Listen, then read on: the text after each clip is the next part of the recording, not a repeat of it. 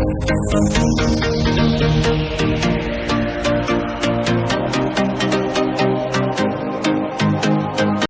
ಸ್ನೇಹಿತರೆ, ಎಲ್ರಿಗೂ ನಮಸ್ಕಾರ. ನಾನು ನಂಜ ನಾಯ್ಕ್, ಸ್ಪರ್ಧಾ ಕರ್ನಾಟಕ ಅಕಾಡೆಮಿ ಶಿವಮೊಗ್ಗ. ಸ್ಪರ್ಧಾ ಕರ್ನಾಟಕ ಯೂಟ್ಯೂಬ್ ಚಾನಲ್ಗೆ ನಿಮಗೆಲ್ಲರಿಗೂ ಕೂಡ ಆತ್ಮೀಯವಾದ ಸ್ವಾಗತ. ಸ್ನೇಹಿತರೆ, ಇವತ್ತಿನ ಈ ಒಂದು ವಿಡಿಯೋದಲ್ಲಿ ನಾವು HSTR, GPSTR ಮತ್ತು PSTR ಈ ಮೂರು ಕೋರ್ಸುಗಳಿಗೆ ಸಂಬಂಧಪಟ್ಟಂತೆ ಈ ಜಿಯೋಗ್ರಫಿ ವಿಷಯದ ಮೇಲೆ ಕೇಳುವಂತಹ ಕೆಲವೊಂದು ಪ್ರಶ್ನೆಗಳನ್ನು ಅನಾಲಿಸಿಸ್ ಮಾಡ್ತಾ ಹೋಗೋಣ. ಸ್ನೇಹಿತರೆ, ಇನ್ನೇನು 2026ಕ್ಕೆ ಬಂದಿದ್ದೀವಿ. ಈ ವರ್ಷ ನೋಟಿಫಿಕೇಶನ್ ಆಗುವಂತಹ ಎಲ್ಲ ಸಾಧ್ಯತೆಗಳಿದ್ದಾವೆ. ನೀವು ಯೂಟ್ಯೂಬ್ ಚಾನಲನ್ನು ಫಾಲೋ ಅಪ್ ಮಾಡ್ತಾ ಇದ್ದೀರಿ, ಬೇರೆ ಬೇರೆ ಮೀಡಿಯಾದ ಮೂಲಕ ನೀವು ಮಾಹಿತಿಯನ್ನು ಕೂಡ ಕಲೆಕ್ಟ್ ಮಾಡ್ಕೊಳ್ತಾ ಇದ್ದೀರಿ. ಸೊ ನೋಟಿಫಿಕೇಶನ್ ಆಗುತ್ತೋ ಆಗಲ್ಲೋ ಅಂತೇಳಿ ನೋಡಿ. ನೋಟಿಫಿಕೇಶನ್ ಆಗುವಂಥದ್ದು ಖಚಿತ ಆಗೇ ಆಗತ್ತೆ, ಇವತ್ತಲ್ಲ ನಾಳೆ ನೋಟಿಫಿಕೇಶನ್ ಆಗತ್ತೆ. ಹಾಗಂತ ಹೇಳಿ ನೀವು ನೋಟಿಫಿಕೇಶನ್ ಆದ ನಂತರ ಓದನನ್ನುವಂತಹ ಮೈಂಡನ್ನು ಹೊರ ತೆಗೆದು ಸೊ ನೀವು ಏನು ಓದೋಕ್ಕೆ ಸ್ಟಾರ್ಟ್ ಮಾಡಿದ್ರು ನೋಡಿ. TET ಎಕ್ಸಾಮ್ ಬರೀಬೇಕಾದ್ರೆ ಏನು ಜೋಶ್ ಇತ್ತೋ ಅದೇ ಜೋಶನ್ನು ಇಟ್ಕೊಂಡು ಈಗಲೂ ಕೂಡ ಮುಂದುವರಿಸಿ. ಯಾಕಂದರೆ ನೋಟಿಫಿಕೇಶನ್ ಆಯ್ತಂದರೆ 2 ತಿಂಗಳಲ್ಲಿ ಎಕ್ಸಾಮ್ ಇಡ್ತಾನೆ. ಆಗ ನೀವು ಏನೂ ಮಾಡೋಕ್ಕೆ ಸಾಧ್ಯತೆ ಇರಲ್ಲ. ಅಷ್ಟರ ಒಳಗಡೆ ನೀವು ಇರೋಬರ ಸಿಲೆಬಸ್ಸನ್ನು ಏನೇನು ಯಾವ್ಯಾವ ಕೋರ್ಸಿಗೆ HSTR, GPSTR, PSTR ಯಾವುದಕ್ಕೆ ಸಂಬಂಧಿಸಿರುತ್ತೋ ಆ ಕೋರ್ಸಿಗೆ ಏನು ಸಿಲೆಬಸ್ ಇರುತ್ತೋ ಆ ಸಿಲೆಬಸ್ ಇಟ್ಕೊಂಡು ಡೀಪಾಗಿ ಸ್ಟಡಿ ಮಾಡಿಬಿಡಿ ಒಂದ್ಸಲ. ಅದಕ್ಕೆ ರಿಲೇಟೆಡ್ ಆಗಿರುವಂತಹ ಕ್ವಶನ್ಸನ್ನು ಕೂಡ ತಗೊಂಡು ಅನಾಲಿಸಿಸನ್ನು ಮಾಡ್ಕೊಳ್ಳಿ. ಕಂಪ್ಲೀಟ್ ಆಗಿ ಒಂದು ಕಾನ್ಸೆಪ್ಟನ್ನು ಕ್ಲಿಯರ್ ಮಾಡ್ಕೊಳ್ಳಿ. ಅದಾದ ನಂತರ ನೋಟಿಫಿಕೇಶನ್ ಆಗುತ್ತೆ. ಆಗ ಏನಾದ್ರು ಸಿಲೆಬಸ್ಸಲ್ಲಿ ಚೇಂಜಸ್ ಇತ್ತಂದರೆ ಏನು ಅಪ್ಡೇಟ್ಸ್ ಇರ್ತಾವೋ ಆ ಹೊಸ ವಿಷಯವನ್ನು ತಿಳ್ಕೊಳ್ಳುವಂತಹ ಒಂದು ಪ್ರಯತ್ನವನ್ನು ಮಾಡ್ಕೊಳ್ತಾ ಹೋದರೆ ಸಾಕಾಗತ್ತೆ. ಆ ನಿಟ್ಟಿನಲ್ಲಿ ನೀವೆಲ್ಲರೂ ಕೂಡ ಓದ್ತಾ ಇದ್ದೀರಿ, ನಿಮಗೆ ಯೂಸ್ ಆಗಲಿ ಅನ್ನುವಂತಹ ಉದ್ದೇಶದಿಂದ ನಮ್ಮ ಒಂದು ಯೂಟ್ಯೂಬ್ ಚಾನಲ್ ಮೂಲಕ ನಿಮಗೆ ಪ್ರತಿದಿನವೂ ಕೂಡ ಈ 3 ಕೋರ್ಸ್ಗಳಿಗೂ ವಿಡಿಯೋಸನ್ನು ಅಪ್ಲೋಡ್ ಮಾಡ್ತಾ ಇದ್ದೀವಿ. ಸೊ ಮ್ಯಾಥ್ಸ್ ವಿಡಿಯೋ ಸಿಗುತ್ತೆ, ಸೈಕಾಲಜಿ ಸಿಗುತ್ತೆ, ಹಿಸ್ಟ್ರಿ ಸಿಗುತ್ತೆ, ಜಿಯೋಗ್ರಫಿ, EVS ಎಲ್ಲವೂ ಕೂಡ ಅಪ್ಲೋಡ್ ಮಾಡ್ತಾ ಇದ್ದೀವಿ. ನೀವೆಲ್ಲರೂ ಕೂಡ ವಾಚ್ ಮಾಡಿ. ಹಾಗೆ ಸ್ನೇಹಿತರೆ, ಸ್ಪರ್ಧಾ ಕರ್ನಾಟಕ ಅಕಾಡೆಮಿ ಯೂಟ್ಯೂಬ್ ಚಾನಲ್ಗೆ ಯಾರು ಸಬ್ಸ್ಕ್ರೈಬ್ ಆಗಿಲ್ವೋ ದಯಮಾಡಿ ಸಬ್ಸ್ಕ್ರೈಬ್ ಆಗಿ, ಬೆಲ್ ಬಟನ್ ಒತ್ತಿ, ಪ್ರತಿದಿನ ನೋಟಿಫಿಕೇಶನನ್ನು ಪಡ್ಕೊಳ್ರಿ ಅಂತ ಹೇಳ್ತಾ, ಹಾಗೆ ಸ್ಪರ್ಧಾ ಕರ್ನಾಟಕ ಅಕಾಡೆಮಿಯ ವತಿಯಿಂದ ನಾವು HSTR, PSTR ಮತ್ತು GPSTR ಈ 3 ಕೋರ್ಸ್ ಕೂಡ ಆನ್ಲೈನಲ್ಲಿ ನಿಮಗೆ ಸಿಗುತ್ತೆ. ಪ್ಲೇಸ್ಟೋರಲ್ಲಿ ಸ್ಪರ್ಧಾ ಕರ್ನಾಟಕ ಅಂತ ಮೊಬೈಲ್ ಆ್ಯಪನ್ನು ಡೌನ್ಲೋಡ್ ಮಾಡ್ಕೊಳ್ಳಿ. ಸೊ ಡೌನ್ಲೋಡ್ ಮಾಡಿಕೊಂಡು ನೀವು ಯಾವ ಕೋರ್ಸ್ ಮೇಲೆ ಕ್ಲಿಕ್ ಮಾಡ್ತಿರೋ ಆ ಕೋರ್ಸ್ ಡಿಸ್ಪ್ಲೇ ಆಗುತ್ತೆ. ಪೇಮೆಂಟ್ ಮಾಡಿದರೆ ನಿಮಗೆ ವೀಡಿಯೋಸ್ಗಳು ಸಿಗ್ತವೆ, ಟೆಸ್ಟ್ ಸೀರೀಸ್ ಸಿಗುತ್ತೆ, ಮತ್ತು ಕ್ವಶನ್ ಅನಾಲಿಸಿಸ್ ಮಾಡಿರುವಂತಹ ವೀಡಿಯೋಸ್ಗಳು ಕೂಡ ಸಿಗುತ್ತವೆ. ಹಾಗೆ ಚಾಪ್ಟರ್ ವೈಸ್ ಕ್ಲಾಸು ಕೂಡ ನಿಮಗೆ ಸಿಗುತ್ತೆ. ಯಾವ ಕೋರ್ಸಿಗೆ ಏನು ಸಿಲೆಬಸ್ ಇರುತ್ತೋ ಆ ಸಿಲೆಬಸ್ ಪ್ರಕಾರ ಚಾಪ್ಟರ್ ವೈಸಲ್ಲಿ ನಿಮಗೆ ಕ್ಲಾಸ್ ಮಾಡಿರೋದು ಕೂಡ ಸಿಗುತ್ತೆ. ನೋಡಿ ಸ್ನೇಹಿತರೆ, ಈ ಆ್ಯಪನ್ನು ನೀವು ಪರ್ಚೇಸ್ ಮಾಡ್ಕೊಳ್ಳಿ, ಈಗಲಿಂದನೇ ಸ್ಟಡಿ ಮಾಡುವಂತಹ ಒಂದು ಪ್ರಯತ್ನವನ್ನು ಮಾಡಿರಿ ಅಂತ ಹೇಳ್ತಾ, ಸ್ನೇಹಿತರೆ ಇವತ್ತಿನ ಮೊದಲನೇ ಪ್ರಶ್ನೆ ಯಾವುದು ಅಂತ ನೋಡೋಣ. ನೋಡಿ ಸ್ನೇಹಿತರೆ, ಭೂಮಿಯು 1 ಗಂಟೆಯ ಸಮಯ ವಲಯವು ಎಷ್ಟು ರೇಖಾಂಶದ ವ್ಯಾಪ್ತಿಯನ್ನು ಒಳಗೊಂಡಿದೆ?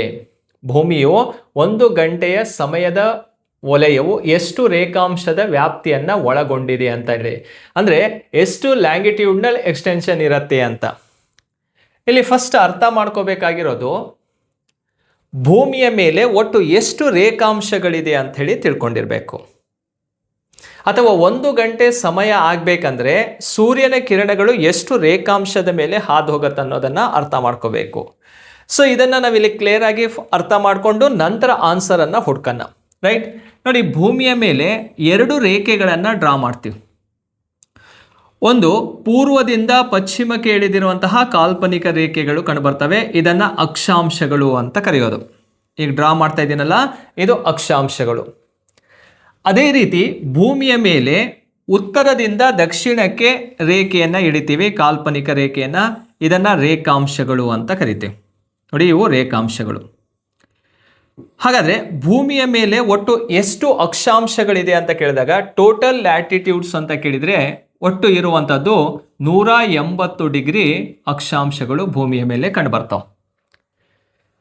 ಅದೇ ಭೂಮಿಯ ಮೇಲೆ ಎಷ್ಟು ರೇಖಾಂಶಗಳಿದೆಯಪ್ಪ ಅಂದರೆ 360 ಡಿಗ್ರಿ ರೇಖಾಂಶಗಳು ಕಂಡುಬರ್ತಾವೆ. ಈಗ ಅಕ್ಷಾಂಶಗಳ ಸಂಖ್ಯೆ ಗೊತ್ತಾಯಿತು ಮತ್ತು ರೇಖಾಂಶಗಳ ಸಂಖ್ಯೆ ಗೊತ್ತಾಯಿತು.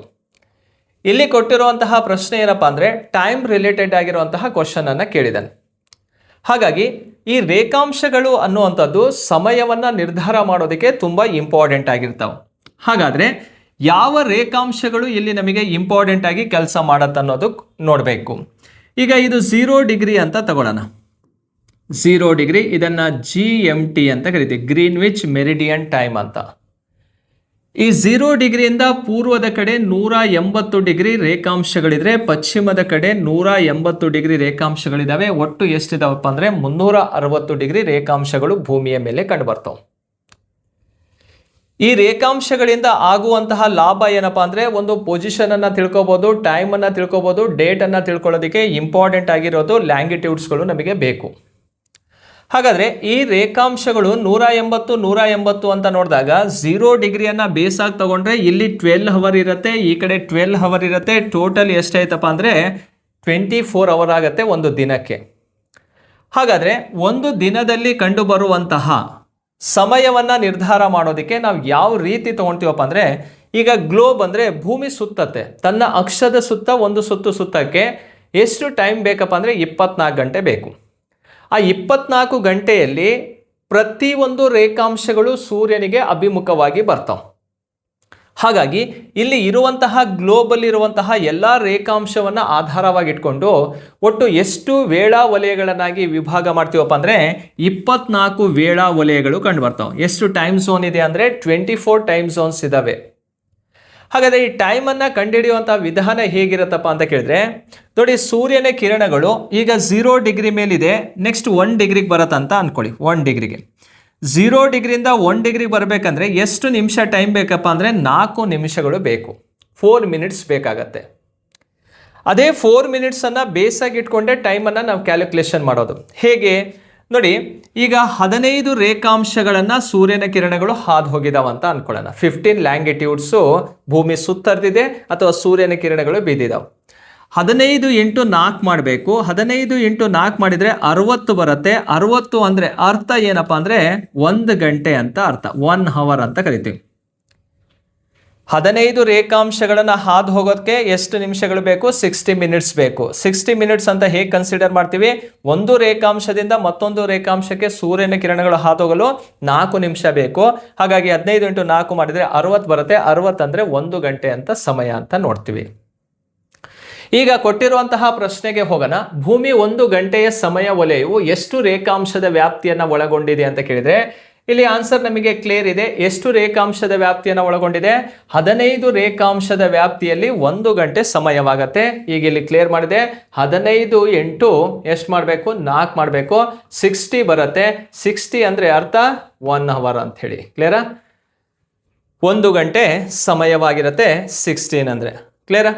ಅದೇ ರೀತಿಯಲ್ಲಿ ಇನ್ನು ಓವರ್ ಆಲ್ ಆಗಿ ನೋಡಿದಾಗ ನೋಡಿ 15 × 24 ಅಂತ ತಗೊಳ್ಳೋಣ. 24 ಅಂದರೆ 1 ಅವರ್ ಅಂತ ಕನ್ಸಿಡರ್ ಮಾಡ್ತೀವಿ. 24 ಗಂಟೆ ಅಂದರೆ ಎಷ್ಟಾಗತ್ತಪ್ಪ ಅಂದರೆ 360 ಆಗುತ್ತೆ. 360 ಡಿಗ್ರಿ ಆಗುತ್ತೆ. 360 ಅಂದರೆ ಎಷ್ಟು ಅವರ್ ಆಯಿತು? 24 ಅವರ್ ಆಯಿತು ಅಂತ. ಅಂದರೆ ಭೂಮಿಯ ಮೇಲಿರುವಂತಹ ಒಟ್ಟು ರೇಖಾಂಶಗಳ ಸಂಖ್ಯೆ ಎಷ್ಟಿದಾವೆ? 360 ಡಿಗ್ರಿ ರೇಖಾಂಶಗಳಿದಾವೆ. 1 ಗಂಟೆ ಅವಧಿ ಆಗಬೇಕಂದ್ರೆ ಎಷ್ಟು ರೇಖಾಂಶವನ್ನು ಹಾದೋಬೇಕು? 15 ರೇಖಾಂಶವನ್ನು ಹಾದೋದ್ರೆ 1 ಗಂಟೆ ಸಮಯವಾಗುತ್ತೆ. ಅದರ ಆಧಾರವಾಗಿ 15 × 24 ಮಾಡಿದರೆ ಎಷ್ಟು ಬರುತ್ತಪ್ಪ ಅಂದರೆ 360 ಬರುತ್ತೆ. ಭೂಮಿಯ ಮೇಲಿರುವಂತಹ ಒಟ್ಟು ರೇಖಾಂಶಗಳ ಸಂಖ್ಯೆನೂ ಕೂಡ 360 ಡಿಗ್ರಿ. ಹಾಗಾಗಿ ಗ್ಲೋಬಲಿ ಗ್ರೀನ್ ವಿಚ್ ಅನ್ನ ಬೇಸ್ ಆಗಿ ತಗೊಂಡಾಗ ಈ ಕಡೆ 12 ಅವರ್ ಇರುತ್ತೆ ಈಸ್ಟಲ್ಲಿ, ವೆಸ್ಟಲ್ಲಿ 12 ಅವರ್ ಇರುತ್ತೆ. ವೆಸ್ಟಲ್ಲಿ ಡೇ ಇದ್ರೆ ಈಸ್ಟಲ್ಲಿ ಏನಾಗಿರುತ್ತೆ? ನೈಟ್ ಇರೋದನ್ನು ನೋಡ್ತೀವಿ. ಯಾಕಂದರೆ ಸೂರ್ಯನ ಕಿರಣಗಳು ಯಾವ ಭಾಗದಲ್ಲಿ ಬೀಳ್ತಾ ಇರ್ತಾವೋ ಆ ಭಾಗದಲ್ಲಿ ಹಗಲಿರುತ್ತೆ, ಮತ್ತೊಂದು ಬದಿ ಏನಾಗಿರುತ್ತಪ್ಪ ಅಂದರೆ ರಾತ್ರಿಯ ಅವಧಿ ಇರೋದನ್ನು ನಾವು ನೋಡ್ತೀವಿ. ಸೊ ಈ ರೀತಿಯಾದಂತಹ ಪ್ರಶ್ನೆ ಬಂದಾಗ ನಮಗೆ ಕ್ಲಿಯರ್ ಇರಬೇಕಾಗತ್ತೆ. ಕ್ಲಿಯರಾ? ಭೂಮಿಯ 1 ಗಂಟೆಯ ಸಮಯ ವಲಯವು ಎಷ್ಟು ರೇಖಾಂಶದ ವ್ಯಾಪ್ತಿಯನ್ನು ಒಳಗೊಂಡಿದೆ ಅಂದರೆ 15 ರೇಖಾಂಶದ ವ್ಯಾಪ್ತಿಯನ್ನು ಒಳಗೊಂಡಿರುವಂಥದ್ದು. ನೆಕ್ಸ್ಟು 2ನೇ ಪ್ರಶ್ನೆಗೆ ಹೋಗೋಣ. ಏನಿದೆ ನೋಡಿ. ಪರ್ವತಗಳಲ್ಲಿ ಹರಿಯುವಾಗ ನದಿಯು ಜಲಪಾತಗಳನ್ನು ಸೃಷ್ಟಿಸುತ್ತದೆ. ಅಂದರೆ ನದಿ ಜಲಪಾತಗಳನ್ನು ಸೃಷ್ಟಿ ಮಾಡೋದು ಯಾವ ಭಾಗದಲ್ಲಿ?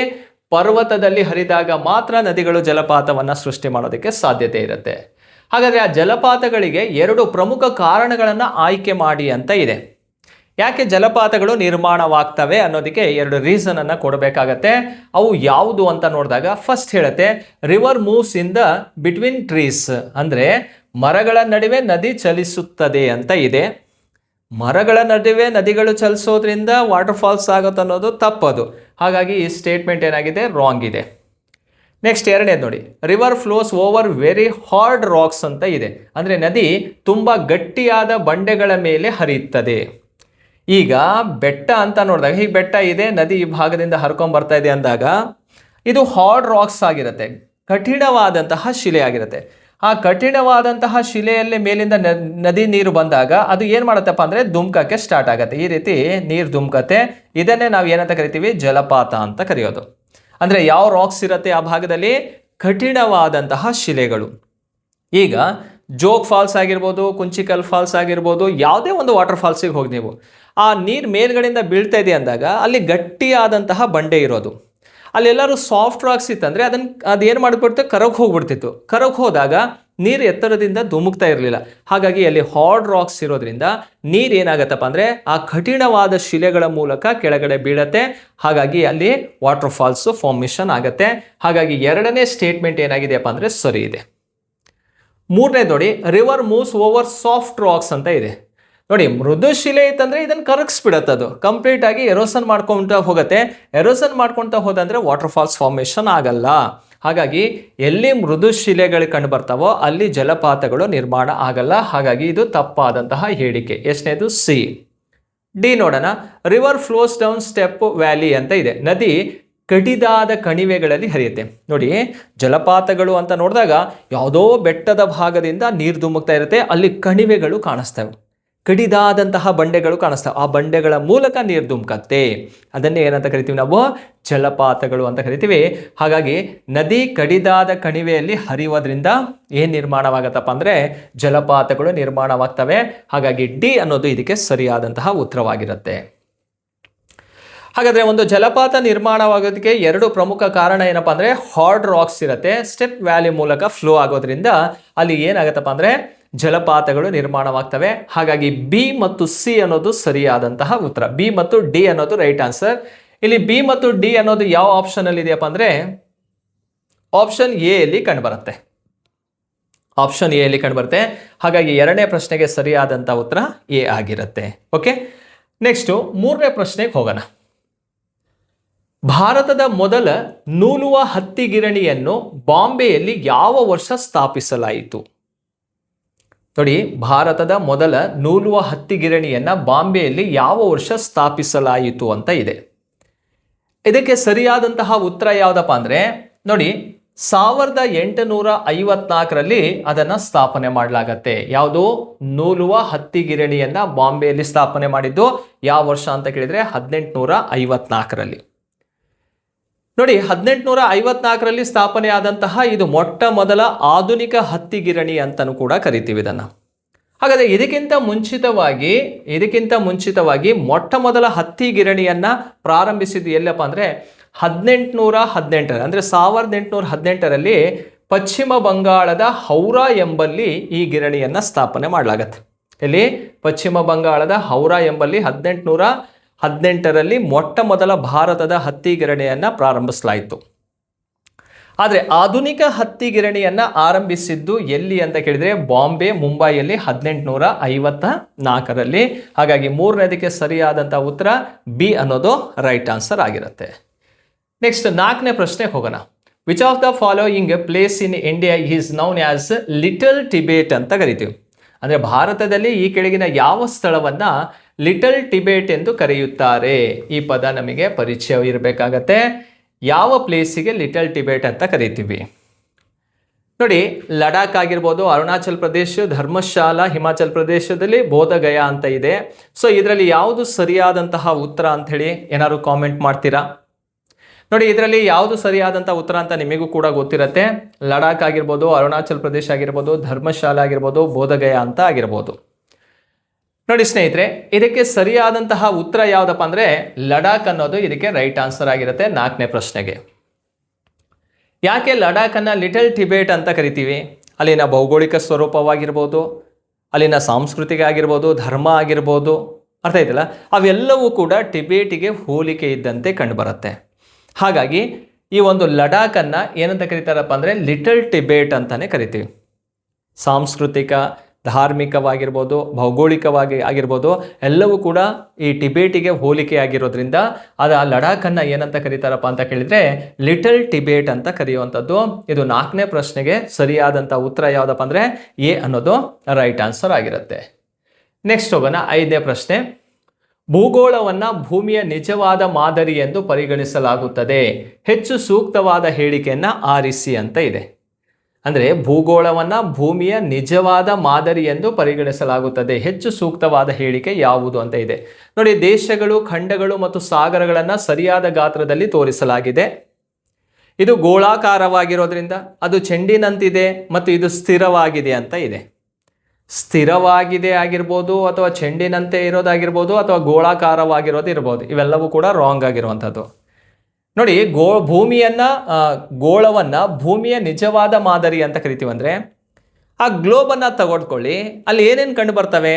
ಖಂಡಗಳು ಕಂಡು ಬರ್ತವೆ. ಸ್ವಲ್ಪ ಡೀಪಾಗಿ ನೋಡಿದರೆ ಅಲ್ಲಿ ಕಂಟ್ರೀಸ್ಗಳು ಅಂದರೆ ರಾಷ್ಟ್ರಗಳು ಕೂಡ ಮಾಹಿತಿ ಇದೆ ಅದರಲ್ಲಿ.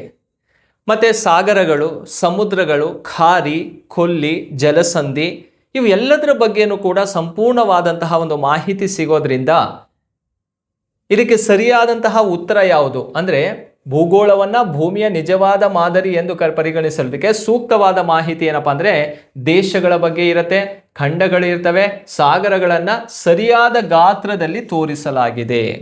ಆದ್ದರಿಂದ ಭೂಗೋಳವನ್ನು ಭೂಮಿಯ ನಿಜವಾದ ಮಾದರಿ ಎಂದು ಪರಿಗಣಿಸಲಾಗುತ್ತದೆ ಅಂತ ಹೇಳಿ ಇದಕ್ಕೆ ಸರಿಯಾದಂಥ ಉತ್ತರ ಎ ಆಗಿರುತ್ತೆ 5ನೇ ಪ್ರಶ್ನೆಗೆ. 6ನೇ ಕ್ವಶನಿಗೆ ಹೋಗೋಣ. ನೋಡಿ, 6ನೇ ಪ್ರಶ್ನೆ ಏನಿದೆ ನೋಡಿ. ಗ್ರೀನ್ವಿಚ್ನಲ್ಲಿ ಮಧ್ಯಾಹ್ನ 12 ಗಂಟೆ ಸಮಯವಿದೆ. ಹಾಗಾದರೆ 90 ಡಿಗ್ರಿ ಪೂರ್ವ ರೇಖಾಂಶದಲ್ಲಿ ಯಾವ ಸಮಯವಿರುತ್ತದೆ ಅಂತ ಇದೆ. ನೋಡಿ, 90 ಡಿಗ್ರಿ ಪೂರ್ವ ರೇಖಾಂಶದ ಬಗ್ಗೆ ನಾವು ತಿಳ್ಕೋಬೇಕು. ಅವ್ರು ಆಲ್ರೆಡಿ ಯಾವುದನ್ನು ಕೊಟ್ಟಿದ್ದಾನೆ? ಗ್ರೀನ್ವಿಚ್ ಅಲ್ಲಿ ಮಧ್ಯಾಹ್ನ 12 ಗಂಟೆ ಸಮಯವಿದೆ ಅಂತ ಕೊಟ್ಟಿದ್ದಾರೆ.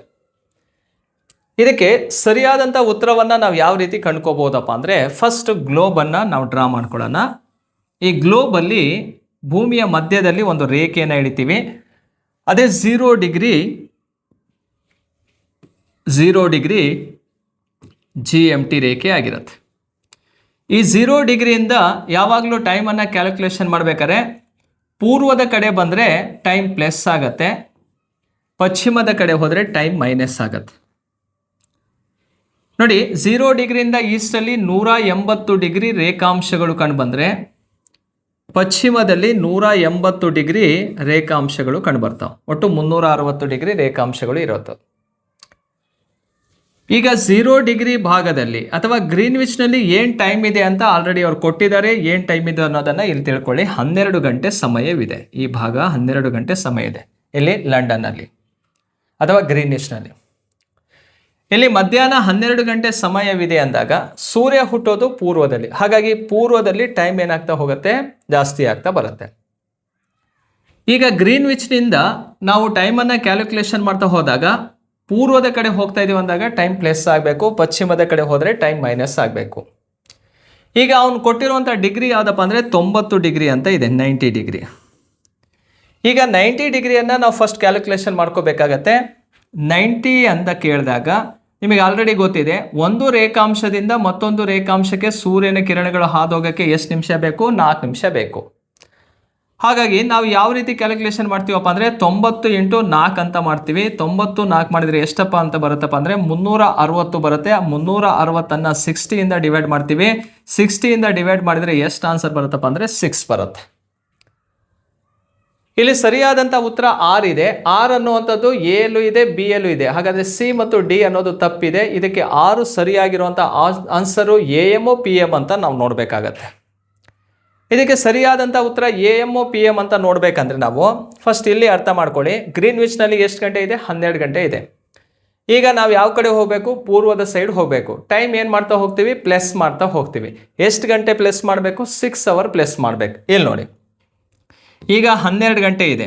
12 ನಂತರ 1 ಗಂಟೆ ಆಗುತ್ತೆ, 1 ನಂತರ 2 ಗಂಟೆ ಆಗುತ್ತೆ, 2 ನಂತರ 3, ನೆಕ್ಸ್ಟ್ 4, 5, ನೆಕ್ಸ್ಟ್ ಎಷ್ಟಾಗುತ್ತೆ? 6 ಗಂಟೆ ಆಗುತ್ತೆ. ನೋಡಿ, 1 hour, 2 hour, 3 hour, 4 hour, 5 hour. ಕ್ಲಿಯರಾ? ನೆಕ್ಸ್ಟ್ ಎಷ್ಟಿದೆ? 6 ಅವರ್. ನೋಡಿ, 90 ಡಿಗ್ರಿ ಪೂರ್ವ ರೇಖಾಂಶದಲ್ಲಿ ಯಾವ ಸಮಯವಿರುತ್ತಂತ ಕೇಳಿದಾನೆ? 6 ಅವರ್. ಇಲ್ಲಿ ಗ್ರೀನ್ವಿಚ್ನಲ್ಲಿ ಮಧ್ಯಾಹ್ನ 12 ಗಂಟೆ ಸಮಯ ಇದೆ ಅಂದಾಗ ಇಲ್ಲಿ ಯಾವ ಸಮಯವಾಗಿದೆಯಪ್ಪ ಅಂದರೆ 6 ಗಂಟೆ ಸಮಯವಿದೆ. ಯಾವ 6 ಗಂಟೆ ಅಂತ ಕೇಳಿದಾಗ PM AM ಅಂತ ಕೇಳಿದಾಗ ನೋಡಿ PM ಆಗಿರುತ್ತೆ. ಅಂದರೆ ಸಂಜೆ 6 ಗಂಟೆ ಸಮಯವಾಗಿರುತ್ತೆ. ಹಾಗಾಗಿ ಇದಕ್ಕೆ ಸರಿಯಾದಂಥ ಉತ್ತರ ಯಾವುದಪ್ಪ ಅಂದರೆ ಬಿ ಅನ್ನೋದು ಇದಕ್ಕೆ ರೈಟ್ ಆನ್ಸರ್ ಆಗಿರುತ್ತೆ. ಕ್ಲಿಯರಾ? 6 ಗಂಟೆ ಸಮಯ ಹೇಗೆ ಬಂತು ಅನ್ನೋದು ಗೊತ್ತಾಯ್ತಲ್ಲ. ಈಸ್ಟ್ ಕಡೆ ಬಂದರೆ ಟೈಮನ್ನು ಪ್ಲಸ್ ಮಾಡ್ತಾ ಹೋಗಬೇಕು. ಪ್ಲಸ್ ಮಾಡೋದಾದರೆ 12, 1, 2, 3, 4, 5, 6 ಅಂತ ತೊಗೊಳ್ತೀವಿ. ಹಾಗಾದರೆ ಇಲ್ಲಿ 6 ಗಂಟೆ ಸಮಯವಿದ್ದರೆ ಇಲ್ಲಿ ಏನಾಗಿರುತ್ತಪ್ಪ ಅಂದರೆ 12 ಗಂಟೆ ಸಮಯವಿರುತ್ತೆ ಇಲ್ಲಿ ಗ್ರೀನ್ವಿಚ್ನಲ್ಲಿ. ನೋಡಿ 6ನೇ ಪ್ರಶ್ನೆಗೆ ಸರಿಯಾದಂಥ ಉತ್ತರ ಬಿ ಅನ್ನೋದು ರೈಟ್ ಆಗಿರುತ್ತೆ. ನೆಕ್ಸ್ಟ್ ಕ್ವಶನಿಗೆ ಹೋಗೋಣ. ಹೊಂದಿಸಿ ಬರೀರಿ ಅಂತ ಇದೆ. ಒಂದು ಕಡೆ ಬೆಳೆ ಇದ್ದಾವೆ, ಇನ್ನೊಂದು ಕಡೆ ವಾಯುಗುಣ ಅಂತ ಕಂಡುಬರುತ್ತೆ. ನೋಡಿ ಯಾವ್ಯಾವ ಬೆಳೆ ಕೊಟ್ಟಿದ್ದಾರೆ. ಕಾಫಿ ಅಂತ ಕೊಟ್ಟಿದ್ದಾರೆ, ಮತ್ತು ಸೆಣಬು, ಚಹಾ, ಗೋಧಿ ಅಂತ ಕೊಟ್ಟಿದ್ದಾರೆ.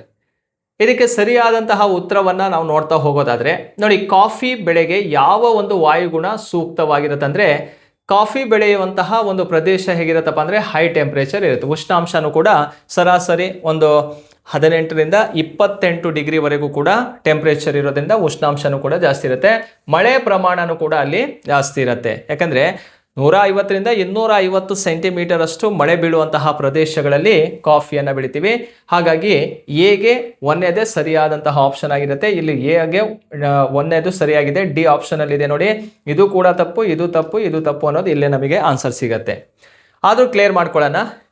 ಜೂಟ್ ಸೆಣಬನ್ನು ಯಾವ ಪ್ರದೇಶದಲ್ಲಿ ಬೆಳಿತೀವಪ್ಪ ಅಂದರೆ ಉಷ್ಣಾಂಶ ಮತ್ತು ತೇವಯುತ ವಾಯುಗುಣವನ್ನು ಹೊಂದಿರುವಂಥದ್ದು. ಅಲ್ಲಿ ವಾರ್ಮ್ ಕ್ಲೈಮೇಟ್ ಇರುತ್ತೆ ಮತ್ತು ವೆಟ್ ಕ್ಲೈಮೇಟನ್ನು ಹೊಂದಿರುತ್ತೆ. ಹಾಗಾಗಿ 4ನೇ ಆಪ್ಷನ್ ಇದಕ್ಕೆ ಸರಿಯಾಗಿರುತ್ತೆ. ನೆಕ್ಸ್ಟ್ ನೋಡಿ, ಟೀಯನ್ನು ಎಲ್ಲಿ ಬೆಳಿತೀವಿ ಅಂತ ಕೇಳಿದಾಗ ಮಾಡರೇಟ್ ಟೆಂಪ್ರೇಚರ್ ಆ್ಯಂಡ್ ರೈನ್ಫಾಲ್ ಅಂತ ಇದೆ. ಇದು 3ನೇದು ಇದಕ್ಕೆ ಸರಿಯಾದಂಥ ಆಪ್ಷನ್ ಆಗಿರುತ್ತೆ. ಗೋಧಿ ಅಂದರೆ ಕಡಿಮೆ ಉಷ್ಣಾಂಶ, ಕೋಲ್ಡ್ ಕ್ಲೈಮೇಟಲ್ಲಿ ಬೆಳೆಯುವಂಥದ್ದಾಗಿರುತ್ತೆ. ಹಾಗಾದರೆ ಆ ಕೋಲ್ಡ್ ಕ್ಲೈಮೇಟ್ ಕಂಡೀಷನ್ ಏನಪ್ಪ ಅಂದರೆ ಶೀತ ವಾಯುಗುಣದಲ್ಲಿ ಬೆಳೆಯುವಂತಹ ಒಂದು ಬೆಳೆ ಯಾವುದಾಗಿರುತ್ತಪ್ಪ ಅಂದರೆ ಗೋಧಿ ಆಗಿರುತ್ತೆ. ಅದನ್ನು ಚಳಿಗಾಲದ ಅವಧಿಯಲ್ಲಿ ಬೆಳಿತೀವಿ. ಹಾಗಾಗಿ ಇದಕ್ಕೆ ಸರಿಯಾದಂಥ ಉತ್ತರ ಯಾವುದಪ್ಪ ಅಂದರೆ ಡಿ ಅನ್ನೋದು ರೈಟ್ ಆನ್ಸರ್ ಆಗಿರುತ್ತೆ 7ನೇ ಪ್ರಶ್ನೆಗೆ. ಕ್ಲಿಯರಾ? ನೆಕ್ಸ್ಟ್ ಹೋಗೋಣ 8ನೇ ಪ್ರಶ್ನೆ. ತಮ್ಮದೇ ಆದ ಶಾಖ ಮತ್ತು ಬೆಳಕನ್ನು ಹೊಂದಿರುವ ಆಕಾಶಕಾಯಗಳನ್ನು ಹೀಗೆ ಕರೆಯಲಾಗುತ್ತದೆ.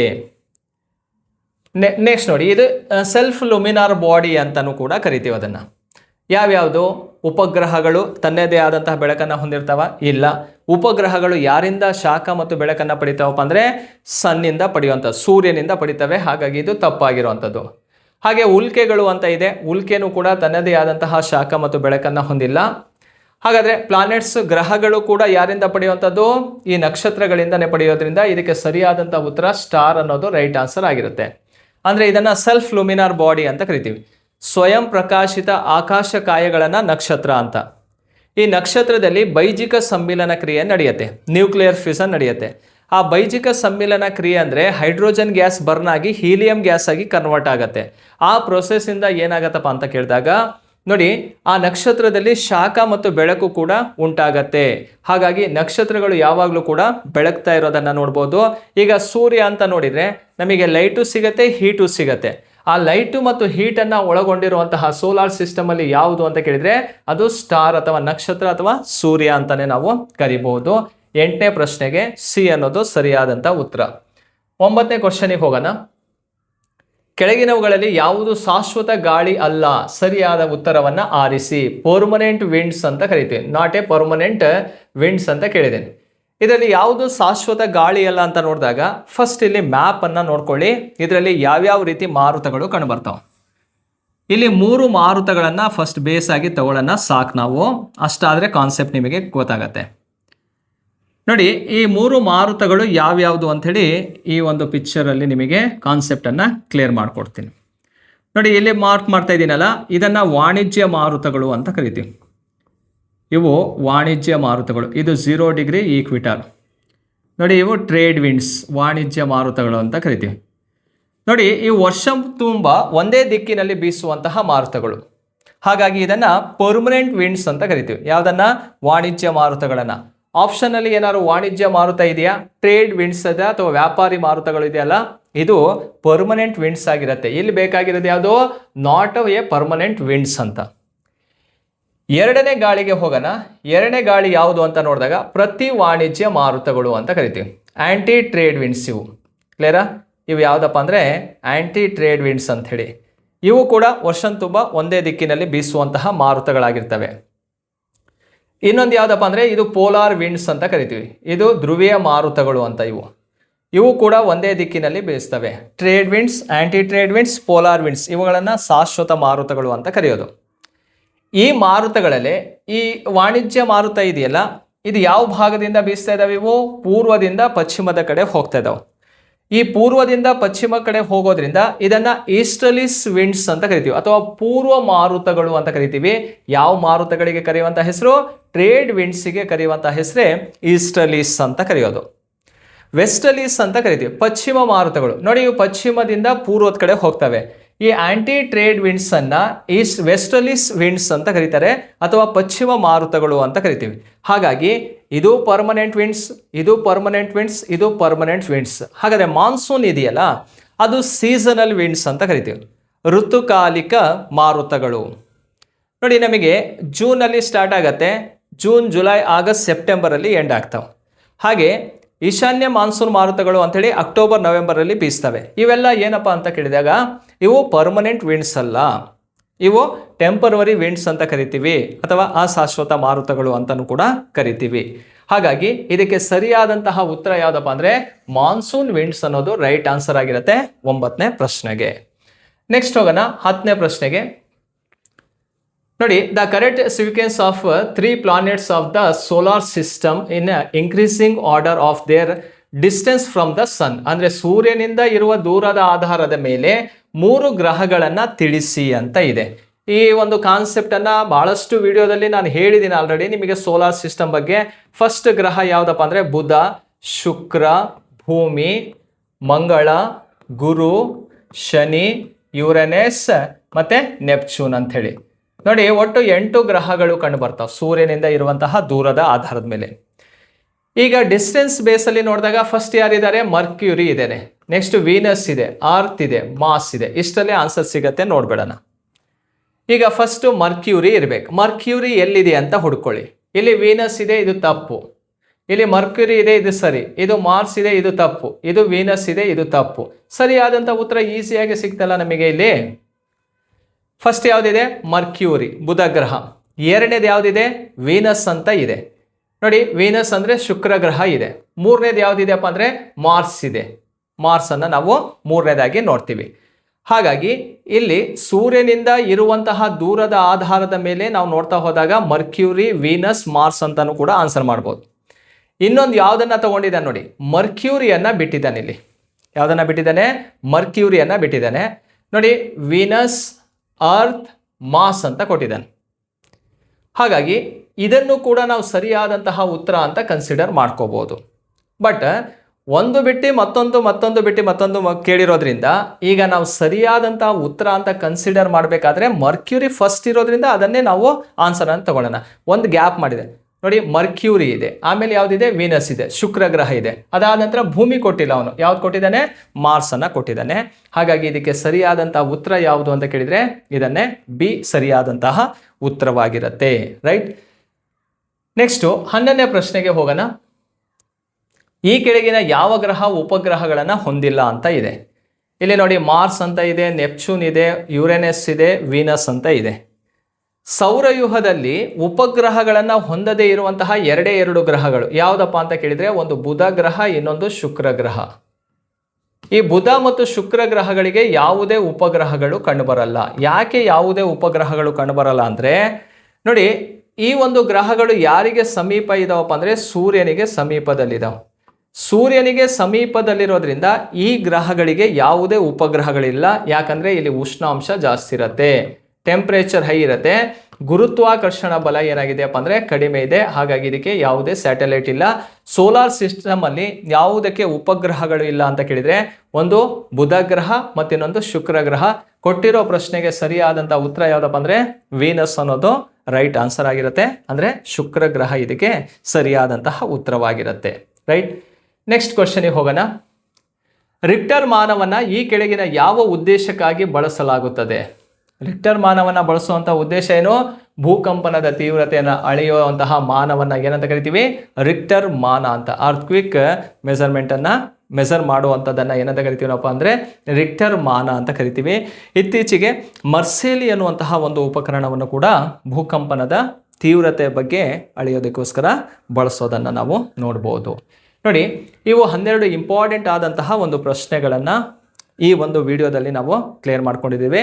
ಹಾಗೆ ಮುಂದಿನ ವಿಡಿಯೋದಲ್ಲಿ ಮತ್ತೆ ಕೆಲವೊಂದು ಪ್ರಶ್ನೆಗಳನ್ನು ಅನಾಲಿಸಿಸ್ ಮಾಡೋಣ ಅಂತ ಹೇಳ್ತಾ ಈ ಕಾನ್ಸೆಪ್ಟನ್ನು ಇಲ್ಲಿಗೆ ಮುಗಿಸ್ತೀನಿ. Thank you.